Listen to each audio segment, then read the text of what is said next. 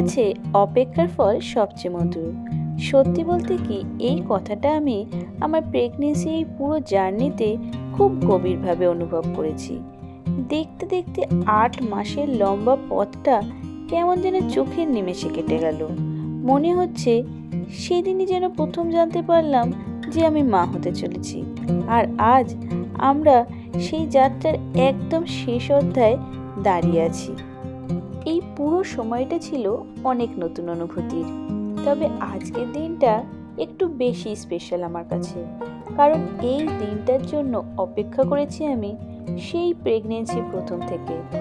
এই গত কয়েক মাসে যতবারই সুপারমার্কেটে গেছি শপিং করতে, একবার বেবি সেকশনে চোখ বুলিয়েছি। ছোট ছোট জামা, নরম কম্বল, ছোট্ট মোজা, এইসব জিনিসগুলো যখনই দেখতাম তখনই মনে হতো খুব তাড়াতাড়ি আমাদের জীবনে একটা নতুন মানুষ আসতে চলেছে, যে আমাদের পুরো পৃথিবীটাই একেবারে বদলে দেবে। আর মনে হতো কবে আসবে সেই দিনটা যেদিন আমি আমার ছোট্ট বেবির জন্য শপিং করতে যাব। আর আজ ফাইনালি দিনটা এসেই গেল। আমরা বেরিয়ে পড়েছি বেবি শপিংয়ের জন্য। বেবি শপিংয়ের জন্য কানাডায় অনেক ধরনের দোকান আছে। এছাড়া সুপারমার্কেটেও বেবির জিনিসপত্র পাওয়া যায়। তবে আজ আমরা যেখানে এসেছি তার নাম বেবি আরাস বা টয় আরাস। এটা আমাদের পাশের শহর কিচনারে। বেবি শপিংয়ের জন্য এই দোকানের নাম আমি অনেকবারই শুনেছি, আর তাই বেবি শপিংয়ের জন্য প্রথম গন্তব্য হিসেবে আমিও এটাই বেছে নিয়েছি। প্রথমে ঢুকেই চলে এসেছি জামা কাপড়ের সেকশনে। এখানে দেখছি বেশ সুন্দর সুন্দর জামা ডিসপ্লে আছে। তবে আমি যেহেতু একেবারে নিউবর্নের জন্য কিনছি, এই জামাগুলো ব্যবহার করার জন্য আমাকে আর কিছুটা দিন অপেক্ষা করতে হবে। এখানে এক একটা সেটে 2টো করে টি শার্ট আর একটা হাফ প্যান্ট আছে। এগুলোর প্রাইস মোটামুটি $25 থেকে $30 মতো। আর এখানে সব কিছু দেখছি পিঙ্ক আর লালের, মানে মনে হচ্ছে বেবি গার্লের জামা কাপড় সব। এই জিরাফ প্রিন্টের সেটটা আমার খুবই পছন্দ হয়েছে। এখানে একটা হ্যাট, একটা লং প্যান্ট, ফুল শার্ট আর একটা শর্ট স্লিভ শার্ট রয়েছে বেশ কিছু ডিজনি থিমের উপরও রম্পার। তবে আমার যেটা ইউনিক লেগেছে সেটা হলো অ্যানিমাল ফেস করা পায়ের ডিজাইনটা। আর এটা হলো টডলার সেকশন। এখানে একেবারে ছোট বাচ্চা মানে নিউবর্ন থেকে 5-6 বছর অবধি বাচ্চাদের জামা কাপড় পাওয়া যায়। এছাড়াও চোখে পড়লো এখানে প্রিমি মানে প্রিম্যাচিওর বাচ্চারও জামা পাওয়া যায়। এই জামাগুলোর সাইজ নিউবর্নের থেকেও ছোট হয়। এগুলো খুবই সফট হয় আর বাচ্চার শরীর গরম রাখার জন্য খুবই উপকারী। এরপর আমরা চলে এসেছি কার সিটের সেকশনে। এখানে আগে থেকেই মা ও বেবির জন্য হসপিটাল থেকে ডেলিভারি শপিং লিস্ট দিয়ে দেয়। আর তার মধ্যে যে জিনিসটা একেবারেই মাস্ট সেটাও হলো কার সিট, কারণ এই কার সিট ছাড়া কিন্তু হসপিটাল থেকে বেবি বাড়ি আসতে দেয় না। অর্থাৎ এখানে বাচ্চার সেফটি খুবই গুরুত্বের সঙ্গে দেখা হয়ে থাকে। এখানে মূলত 3 ধরনের কার সিট পাওয়া যায়। প্রথমটা নিউবর্নের জন্য। এই কার সিটগুলো রিয়ার ফেসিং হয়, মানে গাড়ির সিটের দিকে কার সিটগুলো ফেস করে থাকে। এগুলো মোটামুটি 2 বছর অবধি ব্যবহার করা যায়। আর এই কার সিটগুলোই আমরা কিনতে এসেছি আজকে।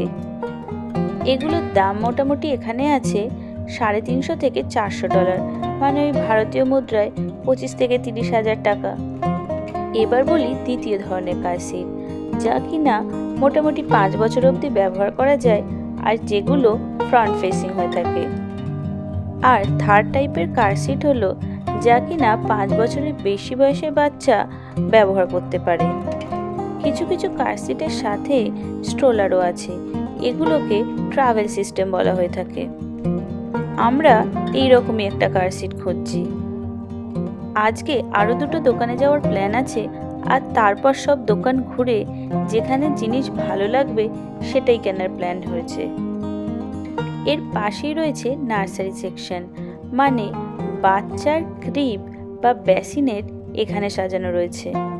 এখানে অনেক রকমেরই অপশান আছে, আর তাই আমিও ঘুরে ঘুরে দেখে নিচ্ছি যে আমার বাড়ির জন্য কোনটা মানাবে। আর এখানে রয়েছে একটা অটোমেটিক সুইং। আমার তো দেখে ভীষণ মনটা ভালো হয়ে গেল। তবে এক্ষুনি না কিনলেও আমার শপিং লিস্টে কিন্তু আমি মনে মনে এটাকে অ্যাড করে রাখলাম। আর এগুলো হলো ক্রিব বা বেবি কট। ক্রিব কিন্তু অ্যাডজাস্টেবল হয়, মানে এটা নিউবর্ন থেকে টডলার স্টেজ পর্যন্ত বেবি গ্রোথের সাথে সাথে অ্যাডাপ্ট করে।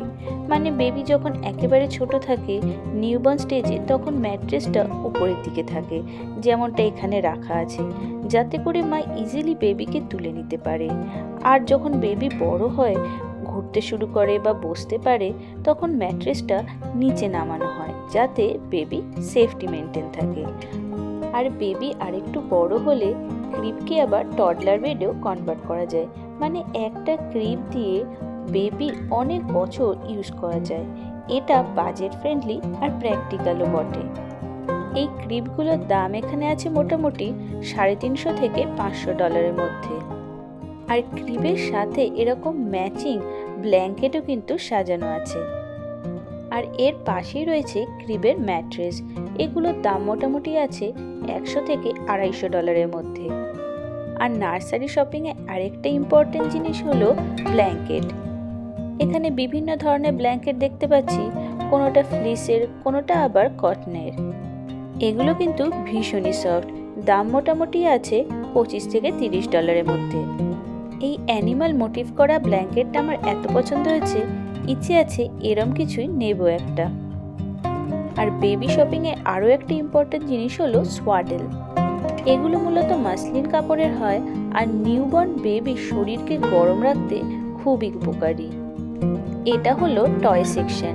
এখানে বাচ্চাদের বিভিন্ন ধরনের খেলনা, মানে একেবারে নিউবর্ন থেকে বড় বাচ্চাদের খেলনা এখানে রয়েছে। এক্ষুনি যদিও আমি খেলনা কিনবো না, তবে এই পিয়ানোটার ডিসপ্লে দেখে ভীষণ ভালো লাগলো। আসলে শপিং করতে আমার সবসময় ভালো লাগে, আর সেটা আবার আমার নিউবর্ন বেবির জন্য। তাই মনটা যেন আমার আজ একটু বেশি খুশি আছে। আর এগুলো হলো প্লে জিম। এগুলো বিভিন্ন রেঞ্জের রয়েছে, তবে আমার পছন্দ হয়েছে ওই পিয়ানো দেয়া প্লে জিমটা। এটা আবার টাচ করলে মিউজিক বাজে আর তার সাথে সাথে লাইটও জ্বলে। এখানে দেখছি বিভিন্ন ধরনের প্লে জিম সাজানো আছে। দাম মোটামুটি আছে ওই $50 থেকে শুরু করে $150 মতো। আর এইগুলো হলো ব্যাসিনেট, মানে ঘরে স্পেস কম থাকলে বেবি কটের বদলে এইগুলো ব্যবহার করা যায়। এইগুলোই একটা নেব ঠিক করেছি আমি, তাই ঘুরে ঘুরে দেখে নিচ্ছি কোন সাইজটা আমার ঘরের জন্য পারফেক্ট হবে। আর সবার শেষে চলে এলাম বাথ বা টয়লেট সেকশনে। এখানে অনেক ধরনের বাথটাব সাজানো রয়েছে দেখতে পাচ্ছি, তবে একেবারে ছোট মানে নিউবর্ন বেবিদের জন্য এই ধরনের বাথ স্ট্যান্ড আমার বেশ পছন্দ হয়েছে। তখনও যেহেতু বেবির ঘাড় শক্ত হয় না, তাই এই ধরনের ব্যাক সাপোর্ট থাকলে কিন্তু স্নান করাতে খুবই সুবিধে হয়। আর এই দিকটায় কিছু ডিসপ্লে আছে হাই চেয়ার। যদিও এই মুহূর্তেই আমার প্রয়োজন নেই, তবে একবার ঘুরে দেখে নিলাম যখন এসেছি। এই ধরনের বিভিন্ন রকমের বেবি চেয়ার বা সিট রয়েছে, যা কিনা বেবির ফিডিং হ্যাবিট তৈরি করার জন্য কিন্তু খুবই উপকারী। আর এই দিকে রয়েছে বটল সেকশন। তবে এই মুহূর্তে বটল কেনার কোনো প্ল্যান নেই। ডেলিভারির পরে প্রয়োজন বুঝে তখন কিনে নেব। এই দোকানটা তো মোটামুটি ঘোরা হয়ে গেল, আর এরপর আরও দুটো দোকান ভিজিট করে যে দোকানে সবচেয়ে ভালো লাগবে সেটাই আমরা কিনবো ঠিক করেছি। আর বেশ কিছু জিনিস অনলাইন মানে অ্যামাজন থেকেও কেনার ইচ্ছে আছে। তো এই ছিল আমাদের আজকের বেবি শপিং। আমি যদিও জানি যে একসাথে সব কিছু দরকার পড়বে না, কিন্তু ধীরে ধীরে প্রিপারেশন নিলে কাজটা অনেকটাই সহজ হয়ে যায়। আশা করি আজকের ভিডিওয়ে যারা নতুন নতুন মা বাবা হচ্ছে তাদের অনেক ইনফরমেশন দিতে পারলাম এই ভিডিওর মাধ্যমে। আমাকে নিচে কমেন্ট করে জানিও তোমরা কী কী প্রোডাক্ট সাজেস্ট করো বা তোমাদের শপিং এক্সপিরিয়েন্স কেমন ছিল। আজকের মতো এখানেই এন্ড করছি। দেখা হবে খুব শিগগিরই পরবর্তী একটা নতুন ব্লগে।